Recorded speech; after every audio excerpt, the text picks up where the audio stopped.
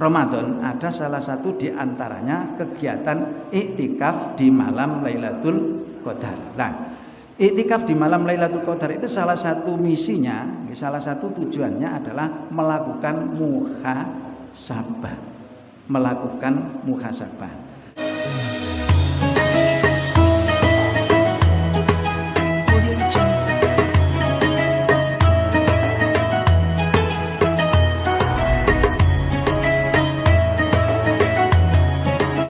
Assalamualaikum warahmatullahi wabarakatuh.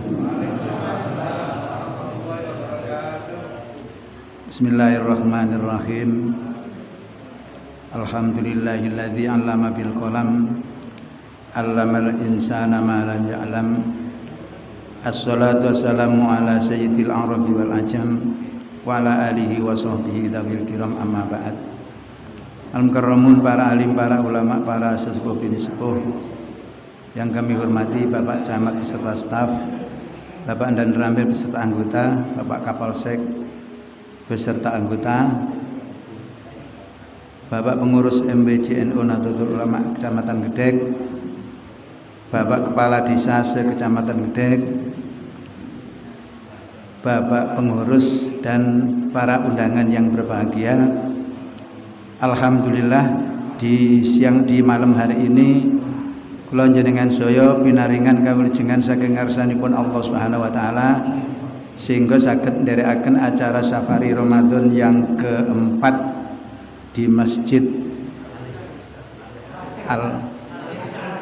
Al-Ihsan Desa Sidoarjo.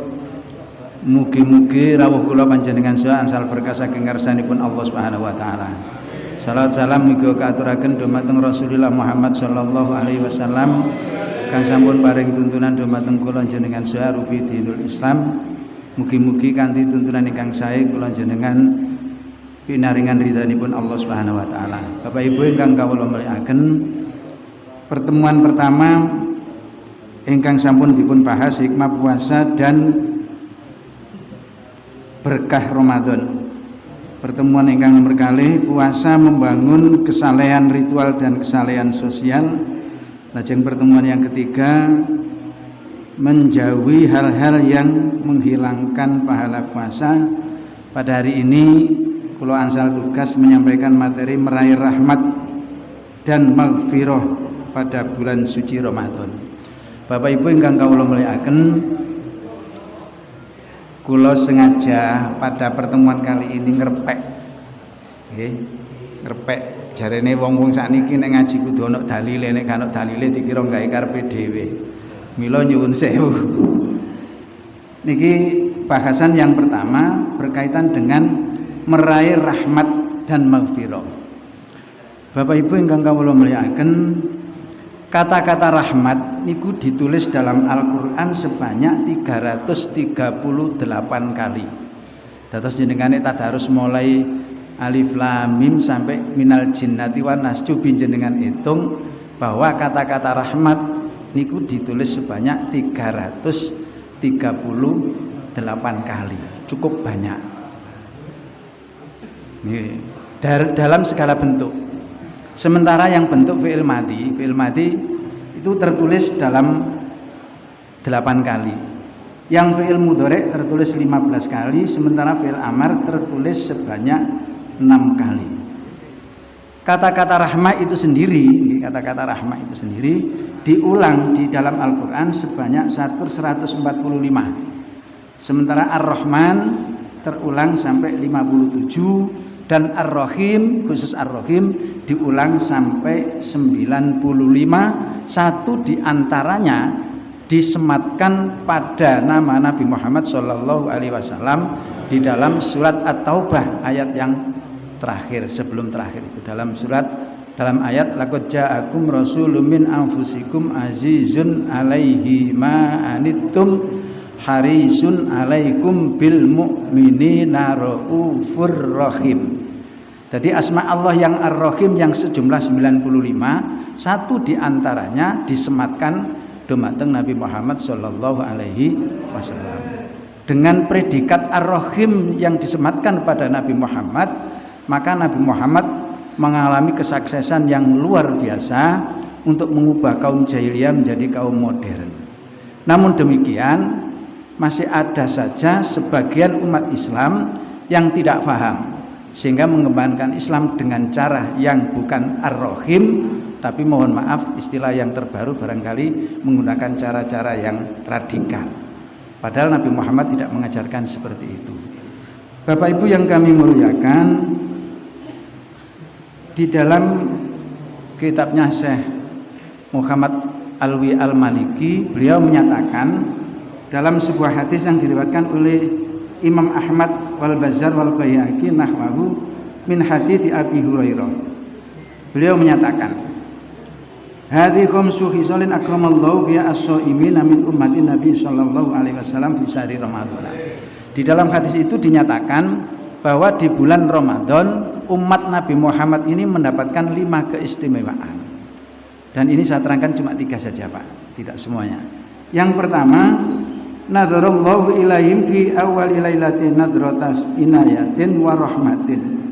Wa man nadarallahu ilaihi kadzalika lam yu'adzibhu abadan. Yang artinya di hari pertama bulan Ramadan Allah memperhatikan umat Muhammad dengan perhatian atau dengan penglihatan yang penuh dengan kasih sayang. Siapa di antara umat Muhammad yang diperhatikan oleh Allah pada hari pertama bulan Ramadan, maka orang tersebut tidak akan mendapatkan siksa di akhirat. Ini salah satu pernyataan. Tentu saja keperhatian Allah atau kepedulian Allah terhadap umat Muhammad tidak sama dengan yang tidak berpuasa. Ini khusus untuk orang yang berpuasa. Kemudian yang ketiga, yang kedua saya lewati aja. Yang ketiga, istighfarul malaikati lahum. Para malaikat memintakan istighfar atau ampunan kepada hamba Muhammad yang mau melakukan puasa Ramadan.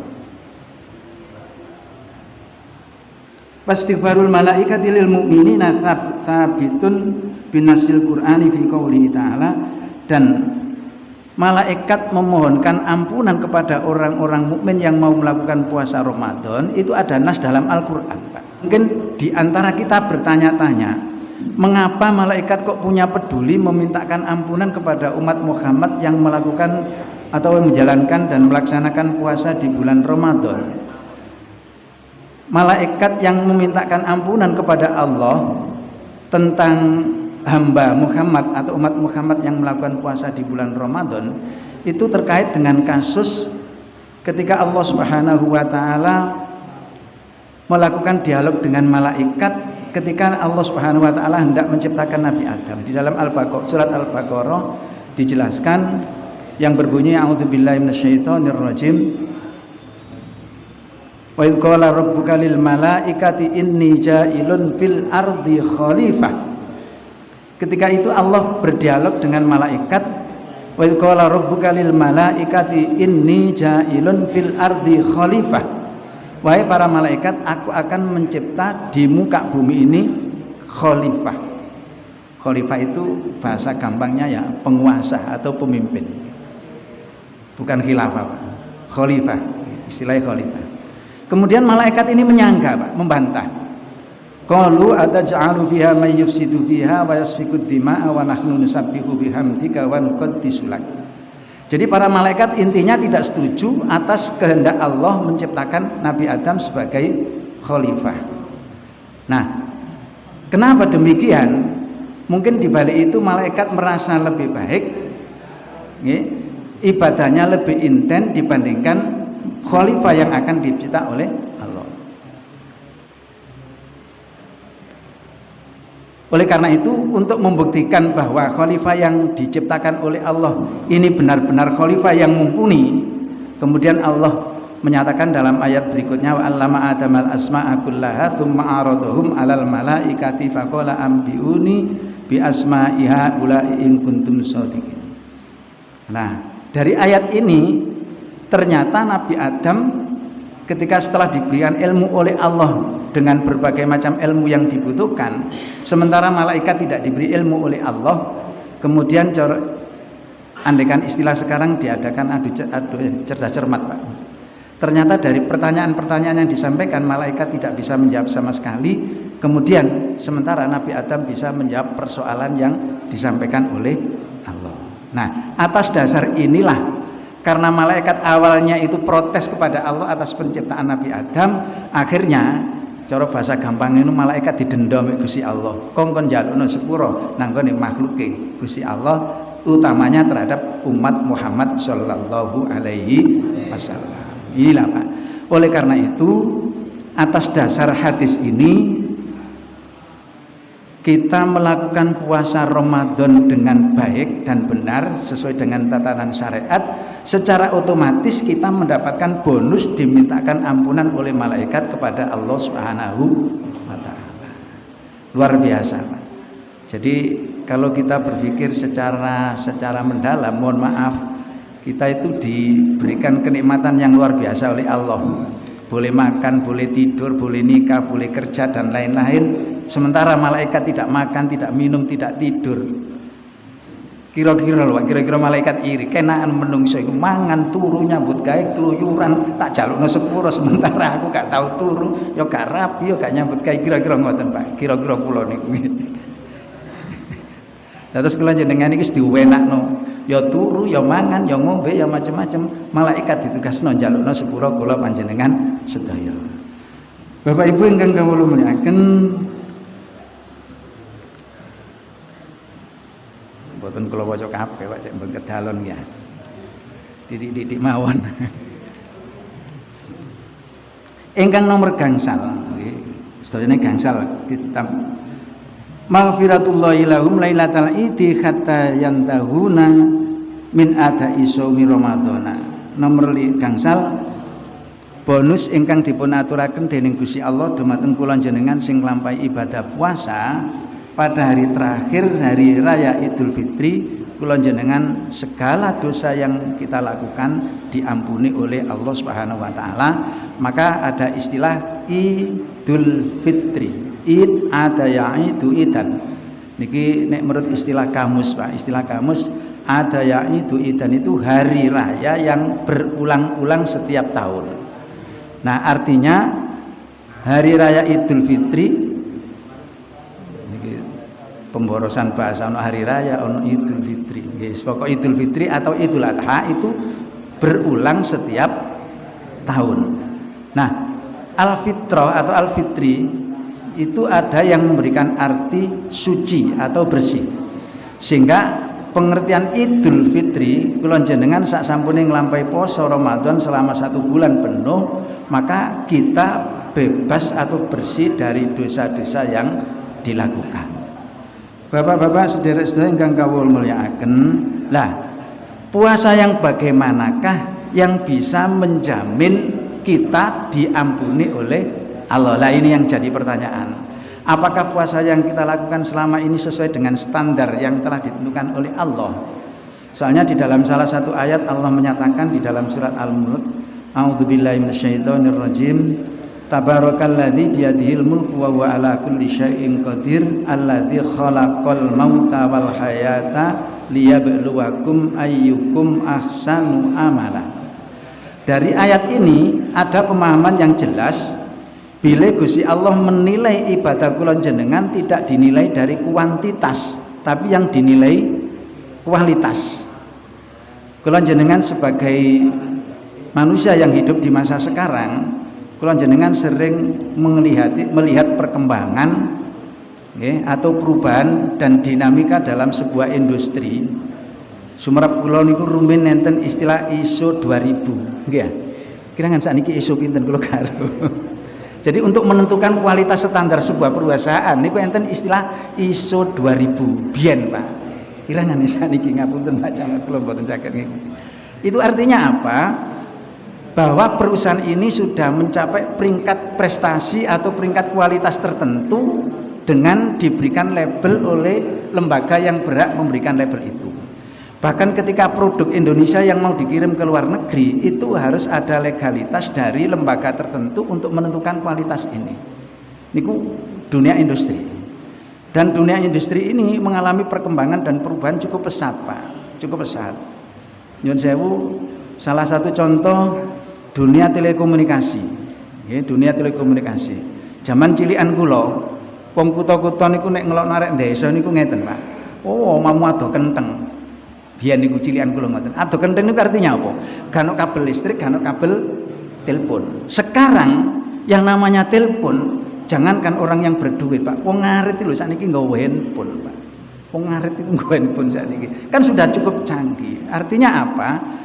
IT melakukan perubahan yang luar biasa dari kabel telepon, dari telepon yang pakai kabel sampai handphone yang Nokia dulu berubah ke BlackBerry, sekarang berubah yang seperti ini, sehingga hubungan kita dengan satu orang dan orang yang lain, bahkan dengan bangsa yang satu dengan bangsa yang lain, mengalami percepatan yang luar biasa. Dampaknya pun juga luar biasa.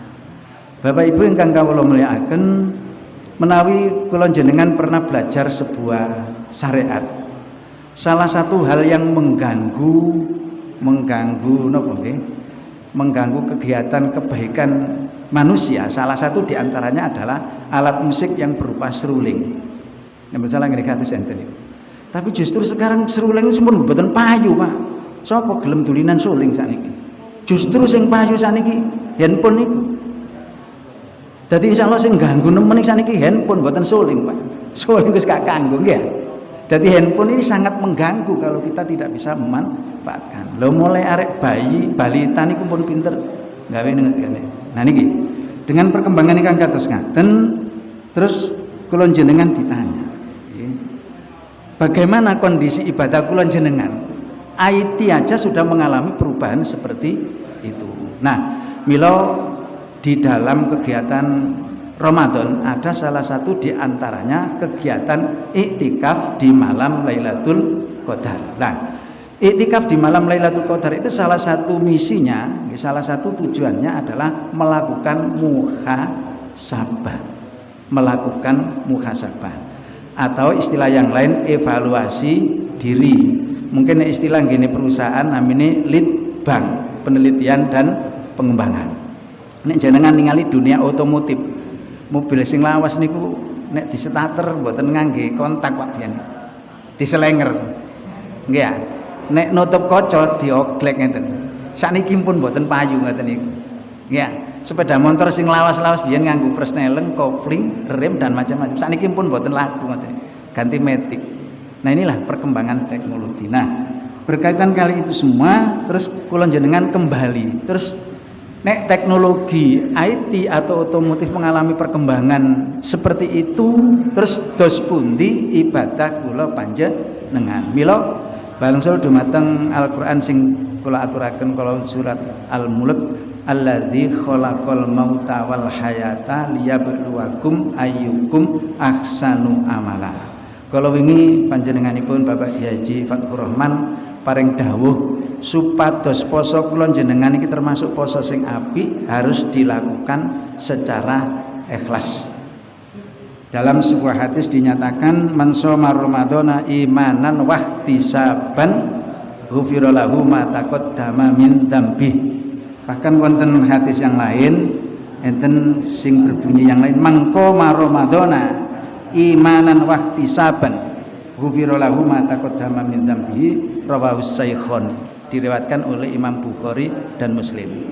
Hadis yang lain mangqama lailatal qadari imanan wahtisaban ghufira lahu ma taqaddama min dzambi rawahul Bukhari.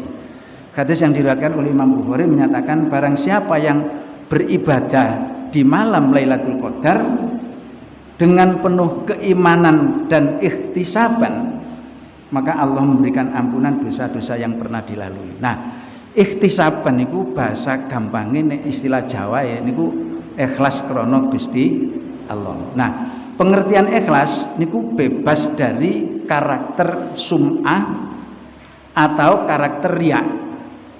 Riya niki fokusnya pada sesuatu perbuatan yang bisa dilihat mata. Sementara sum'ah niku fokusnya pada perbuatan yang bisa didengar. Nah, sakniki kula jenengan sering melihat satu fenomena yang terjadi di masyarakat nyuwun sewu. Misalnya kula jange nyalokno lurah umpama kula.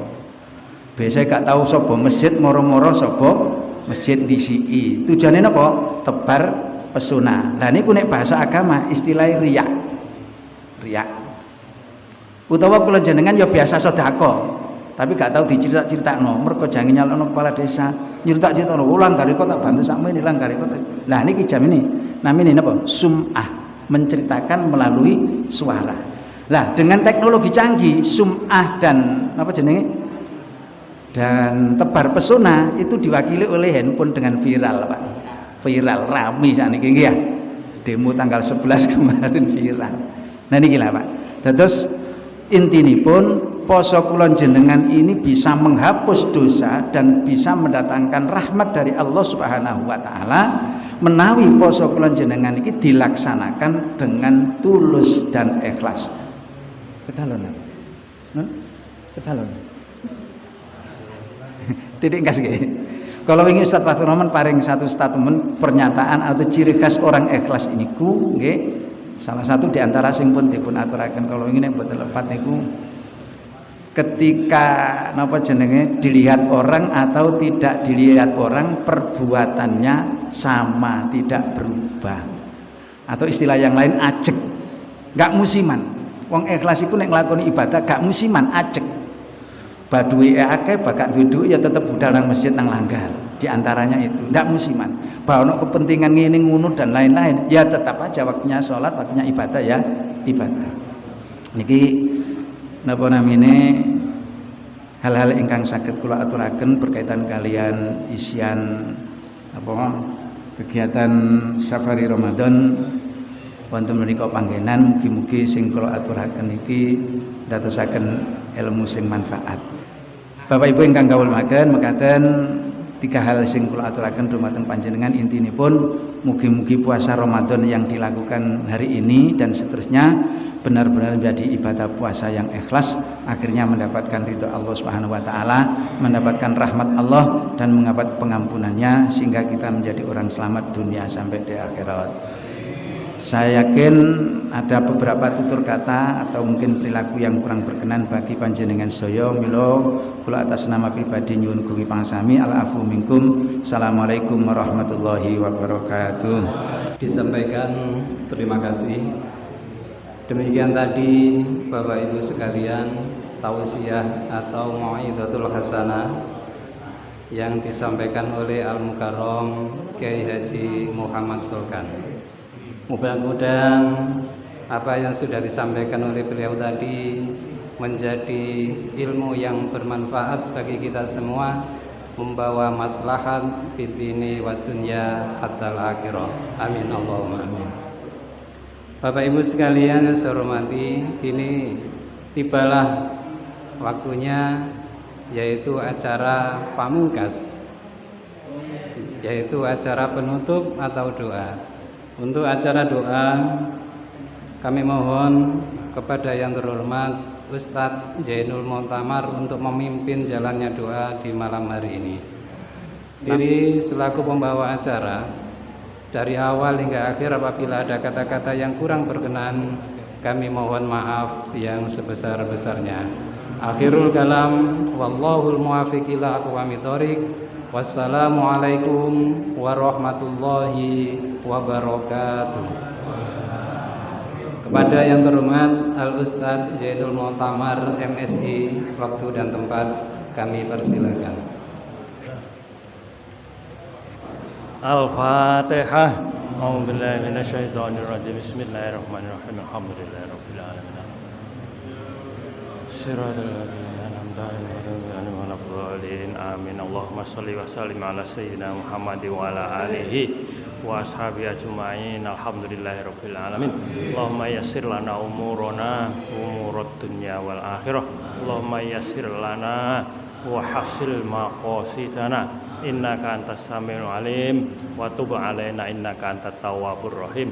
Allahumma taqabbal du'aana wa siyamana wa qiyamana wa tadarru'ana wa tahussu 'ana innaka antas samiul alim wa tub 'alaina innaka antat tawwabur rahim. Allahumma innaka 'afuwun tuhibbul 'afwa fa'fu 'anna. Allahumma innaka 'afuwun karim tuhibbul 'afwa fa'fu 'anna. Allahumma innaka 'afuwun karim tuhibbul 'afwa fa'fu 'anni ya karim. Rabbana atina fid dunya hasanah wa fil akhirati hasanah wa qina adzabannar wa tahilna jannata ma'al abrar ya aziz ya ghafar ya rabbal alamin. Subhana rabbika rabbil izzati amma yasifun wa salamun alal mursalin alhamdulillahi rabbil alamin.